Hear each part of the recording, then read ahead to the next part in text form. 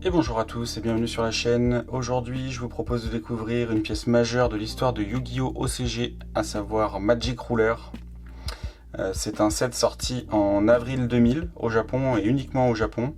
Et ce set inaugure le début de la série 2. C'est le tout premier set de la série 2. Donc on reste sur des anciens layouts, mais en simplifié, avec les cases de texte un peu plus grandes. Donc c'est le tout premier set de la série 2. Je vous ai présenté Dark Ceremony Edition, qui était le dernier set de la série 1, donc celui-ci est vraiment sorti juste après. Parmi les extensions fondatrices du jeu, Magic Ruler occupe une place assez particulière, puisqu'en fait on est vraiment sur le premier set où on va avoir énormément de cartes magie qui vont servir à faire des duels, donc qui vont vraiment changer les duels, changer le cours du jeu. Et on commence vraiment à voir apparaître une identité stratégique et visuelle du jeu. Donc à travers toutes ces cartes, on a vraiment l'essence de Yu-Gi-Oh! Old School. Il y a des illustrations de cartes, vous allez voir, qui sont iconiques. On a des cartes magie, on a quelques cartes pièges aussi qui sont assez iconiques, mais c'est surtout Magic Ruler est surtout orienté sur les cartes magie, comme son nom l'indique. Et on a du coup, on n'est pas seulement sur une ancienne extension. Encore aujourd'hui, il y a beaucoup de cartes présentes dans ce set qui ont défini un peu les codes de Yu-Gi-Oh! Je pense notamment à donc certaines staples comme Vol à l'arraché, Typhon d'espace mystique, ou alors encore plutôt pour la partie collectionneur, le renoncé, la hache du désespoir non censurée puisque japonaise. Voilà, donc par exemple, typiquement, mais il y a d'autres cartes, vous allez voir. Donc le Master Set que je vous présente aujourd'hui, c'est plus qu'un assemblage de cartes, c'est vraiment un bout de l'histoire de Yu-Gi-Oh! Les miennes sont en très très bon état, j'en ai fait venir du Japon à peu près 60%, les autres je les avais d'avant. Alors elles viennent toutes du Japon, mais là spécifiquement pour l'occasion. Moi vous savez, je fais les full sets et surtout les master sets de ces extensions là. Donc MR, aujourd'hui c'est du MR. Installez-vous bien, on va vous présenter tout ça. Et donc juste pour remettre un peu les choses dans le contexte, MR, donc ce set là Magic Ruler plus Pharaoh's Servant, le set que je vous ai présenté il y a quelques semaines. Ces deux sets là qui font à peu près 50-55 cartes ont formé chez nous MDM, donc Maître des Magies. Ce qui est relativement intéressant aussi, c'est que c'est le premier set qui introduit un monstre rituel, hormis DCE, Dark Ceremony Edition, où on n'avait que des monstres rituels, mais on était un petit peu sur un Premium Pack++, donc là on est vraiment sur un set de base, et on a un monstre rituel avec le renoncé, et donc sa magie rituelle. Donc ça c'est relativement intéressant. Et surtout, on a aussi l'introduction des cartes magie rapide. On n'avait pas de cartes magie rapide jusqu'à présent, ça arrive avec Magic Ruler. Donc je vous ai dit avril 2000, c'est un set qui comprend 50 cartes pour le full set et 53 cartes pour le master set. Donc on a 3 ultra rares, 4 super rares, 4 rares et 39 communes. Et 3 ultra parallèles rares qui viennent se rajouter à tout ça.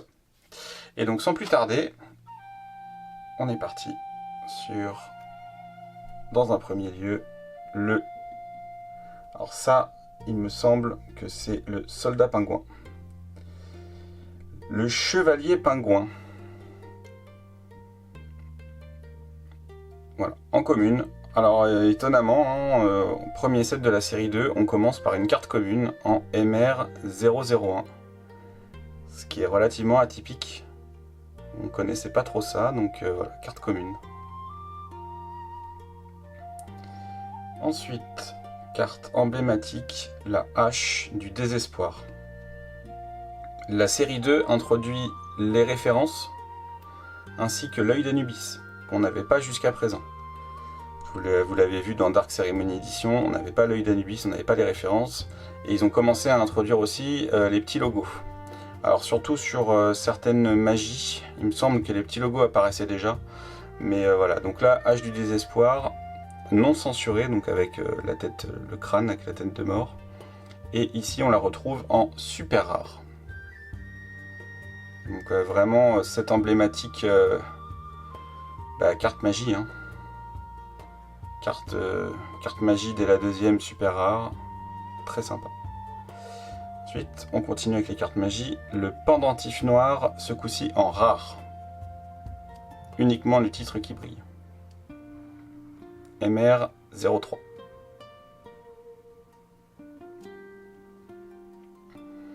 La corne de lumière. MR 04. En commune. Donc, tout ça, c'est vraiment maître des magies chez nous. C'est un des 7 français que j'ai aussi en complet. Le Nuzzler maléfique. En commune. Très cool. Vous allez voir. Ah voilà, on attaque le dur. Le cercle envoûtant. Cercle envoûtant dans son illustration japonaise.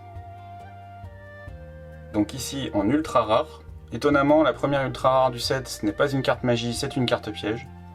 Ce qui est relativement drôle. On voit qu'ils étaient encore en train d'essayer de mettre au point et de chercher. Mais voilà, le cercle envoûtant en ultra rare.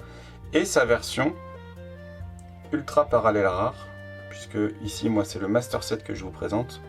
Donc j'ai toutes les versions. Regardez-moi cette beauté.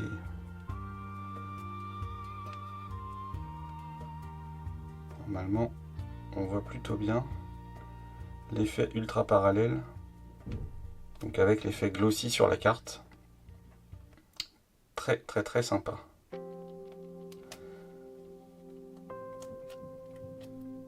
On continue avec le poisson métallique. Bon, il y a des cartes qui n'ont pas marqué les esprits. Hein.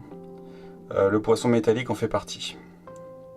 Donc un ancien layout, mais de la série 2, avec uniquement un picto, attaque-défense, au lieu des 3 qu'on avait sur le DCE. Et surtout une carte avec une case d'effet de texte augmentée. Essayez de rester cadré, ce sera mieux. On continue avec le serpent électrique.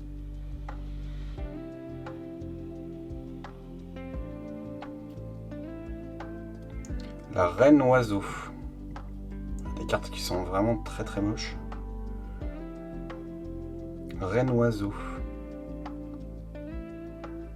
Pareil, hein, serpent électrique, monstre à effet. Jusqu'à présent, on n'avait pas beaucoup de monstres à effet dans la série 1. Quelques-uns sont apparus, mais je pense notamment au ninja armé, ce genre de choses. Mais c'était aussi relativement nouveau. Améba, ici en version commune.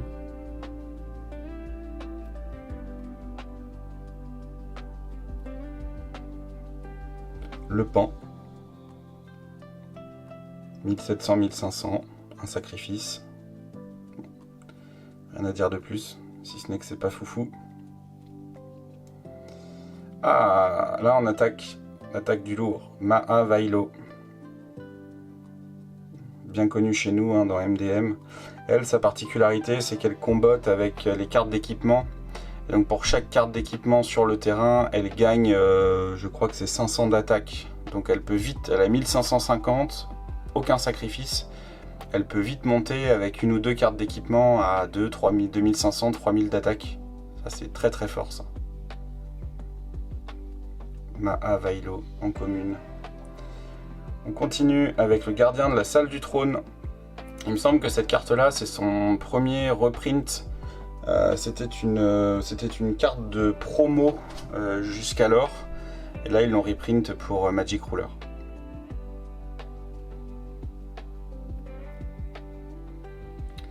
Le Kraken de feu.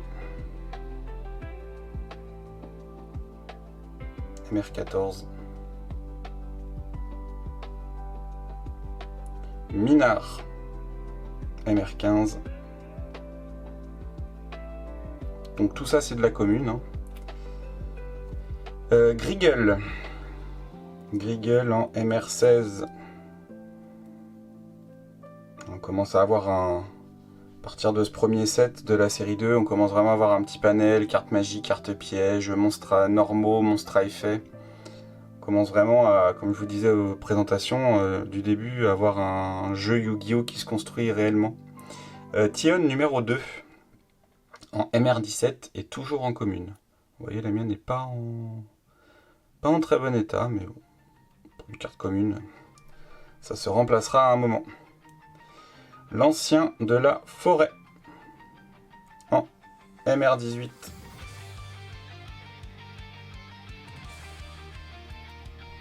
On continue avec Dark Witch. Alors il me semble que cette carte là aussi était une carte promo, qu'elle a été rééditée spécifiquement dans ce set là pour la première fois. Ça c'est une réédition. Et ce qui est très drôle, c'est que même en français, elle s'appelle aussi Dark Witch. Elle n'a pas eu de traduction entre sa version anglaise et sa version française. Voilà, il y a quelques cartes comme ça, je vous en avais déjà parlé, comme Twin Long Roads numéro 2 par exemple.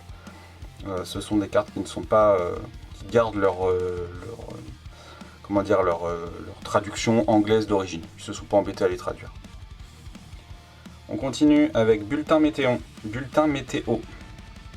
Carte relativement moche, hein, pas se mentir. Il a un petit nuage derrière les fesses, on ne sait pas trop pourquoi. Voilà. Hop. On continue avec MR21. Ça c'est l'escargot mécanique, il me semble. Escargot mécanique. Ici, nous avons la tortue géante, mangeuse de flammes. Un sacrifice, 1400-1800. Un artwork pas foufou. À la rigueur, c'est un monstre type eau, ça peut comboter avec la mer Grizzly. Qui n'était pas encore sorti d'ailleurs à ce moment-là. Puisque la mer Grizzly est arrivée dans Pharaoh's Servant quelques semaines plus tard. Ici nous avons Gyojin du raz-de-marée. Ah non, ça c'est la bête liquéfiée. Bête liquéfiée. Bon, pas terrible non plus. Ici, l'éclaireur de Hiro. Donc enfin une petite rareté. Nous avons ici une super rare. Carte super rare, éclaireur de Hiro. Chez nous, dans MDM, elle était en rare, donc uniquement le titre qui brille.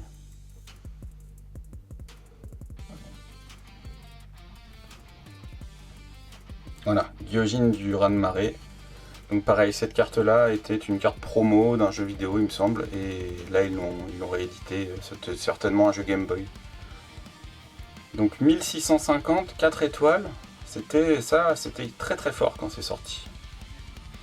Je ne dirais pas comme ça, avec sa tête d'amphi bien bizarre, hein, mais cette carte-là était vraiment très recherchée. MR25. On continue avec l'usurpatrice du trône en super rare aussi. Magnifique carte. J'aime beaucoup. C'est de rester cadré. J'aime beaucoup cette carte. Usurpatrice du trône. Hop. Ici, nous avons le corbeau à fouet. Corbeau à fouet.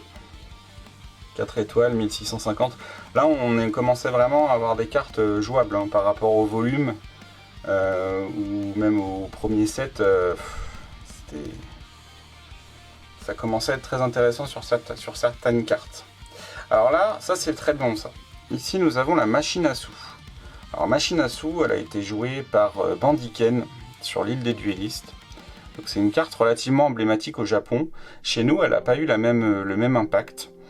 Il faut savoir une chose, c'est que dans ce set-là, donc la machine à sous existe en ultra rare, celle que je vous présente actuellement, et elle existe aussi en ultra parallèle, qui est juste là. Celle-ci, hop, elle est en ultra parallèle. Vous voyez bien l'ultra parallélisme. C'est pas toujours très flagrant. Cette carte en ultra parallèle rare, elle est très difficilement trouvable. Il y en a quelques-unes à vendre sur internet, mais c'est très très compliqué de l'avoir. Alors moi je suppose, j'ai aucune source ni preuve, mais je suppose que c'est une short print, c'est-à-dire qu'elle a été imprimée très très peu par rapport même aux autres ultra parallèles, mais elle est extrêmement compliquée. MR28, ça fait d'ailleurs partie des cartes qu'il me manquait pour vous présenter l'intégralité du set. C'est relativement difficile à trouver et à se procurer. Et donc le prix qui va avec. Là on est sur une carte, quand vous en trouvez une, vous regardez pas trop le prix parce que c'est vraiment compliqué. Surtout quand elle est dans un état comme ça. La mienne étant en état Nirmine quoi. Machine à sous en ultra parallèle rare. On continue avec autre carte emblématique, le renoncer. Premier rituel dans un set set de base on va dire, set principal, première carte rituelle, ultra rare, et sa version alternative en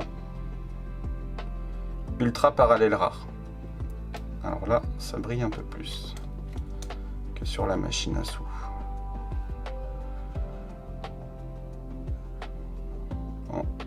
En UPR, idem, carte compliquée à se procurer en ultra parallèle. C'est quand vous en trouvez, si vous voulez faire ce genre de set, vous pouvez difficilement négocier des tarifs là-dessus parce que ce sont des cartes qui sont extrêmement compliquées à trouver en bon état. Les miennes sont pas parfaites, vous voyez, j'ai un petit enfoncement. Elle est loin d'être parfaite, mais bon, enfin là, pour vous donner une idée, celle-ci qui est en état, on va dire good, c'est déjà une trentaine d'euros. Si vous voulez du excellente Nirmint là-dessus, faut compter au moins une centaine, voire un peu plus si c'est gradé. Mais c'est surtout qu'elles sont compliquées à trouver dans ces états-là. Là, faut pas oublier, c'est des cartes qui ont plus de 26 ans. Donc ceux qui les ont bien conservées, c'est relativement délicat. Voilà, donc on aura vu les 3 ultra parallèles rares, le cercle envoûtant, le renoncer et la machine à sous. Mais il y a d'autres cartes encore très intéressantes juste après, notamment l'archère pourpre. Pas du tout, elle est nulle. Elle a 1400-1500, mais par contre c'est une carte de Pegasus, et qu'on voyait dans l'animé, qui se transformait derrière avec le monde des Toons en Sirène Toon. On continue. Le serviteur des protecteurs du tombeau. Alors je pense que ça n'a rien à voir avec l'archétype protecteur du tombeau, puisque ça c'est sorti bien avant. Mais je me renseignerai. Peut-être que je ferai un errata. En tout cas, je pense que le nom de la carte n'est pas lié à l'archétype, parce que là dans les années 2000 il n'y avait pas encore les protecteurs du tombeau. Hop. Ensuite nous avons la malédiction du démon.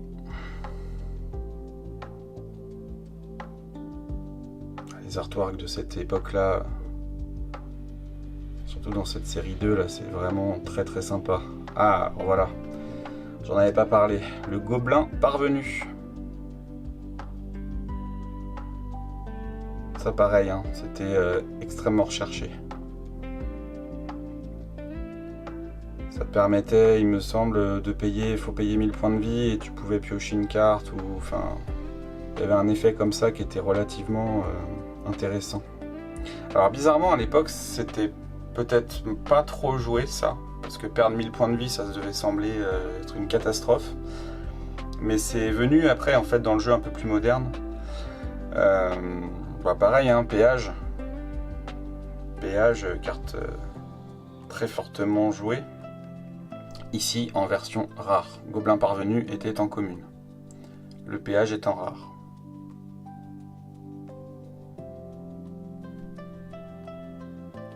On continue avec Destin final.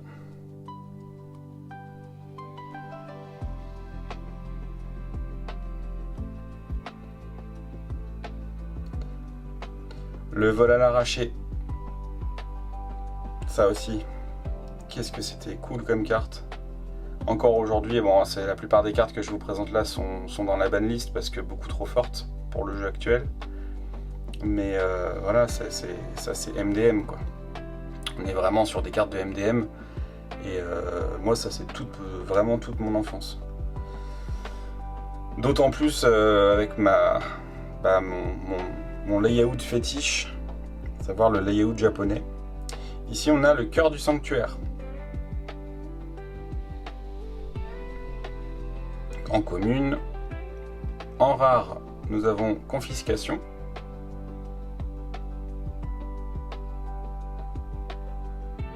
Pareil, extrêmement cool ce truc.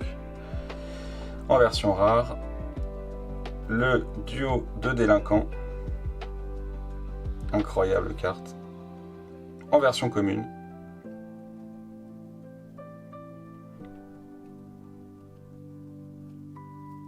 L'approche des ténèbres. En version rare.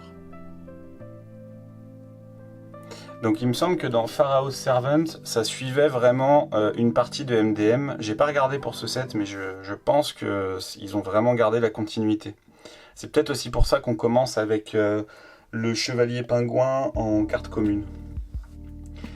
Ici nous avons le miroir de fée. Et moi qui vous ai présenté DCE il n'y a pas longtemps, je ne sais pas si vous vous rappelez, mais il y avait le miroir du démon. Ça fait un petit peu penser à cet archétype. Le tailleur de l'indécis. Carte magie rapide. Et qui mentionne en plus une carte magie de terrain. Alors ça c'est très drôle. Tailleur de l'indécis. Avec directement le sigle dans la case. Très intéressant. La charge intrépide. Carte magie rapide. Vraiment, c'est ce set-là qui a introduit ces cartes magie rapide. Il n'y en avait pas jusqu'alors. Encore une carte magie rapide, ils ne sont pas allés de main morte. Ici, nous avons le gardien fiable.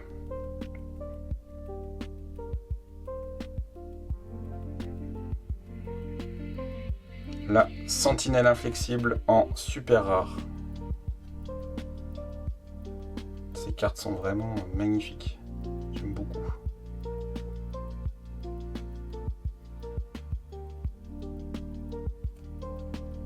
On continue avec énergie en chaîne.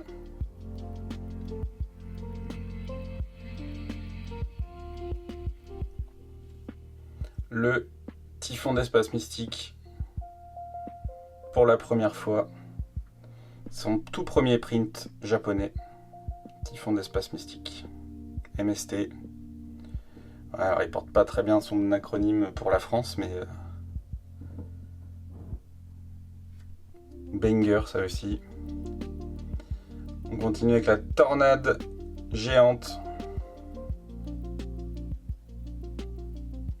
Carte de MDM aussi, comme toutes celles-ci d'ailleurs. Ça rappelle des souvenirs. Le choix douloureux. En commune. Et enfin, on termine avec le crochet de serpent.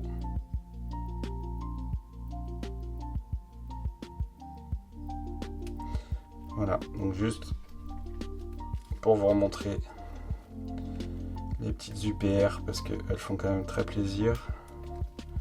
Certaines sont un petit peu mieux que d'autres en termes de rendu.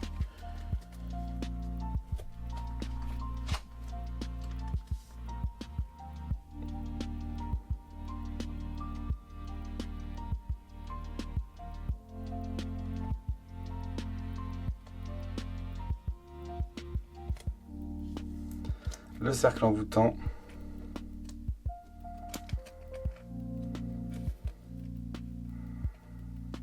La machine à sous.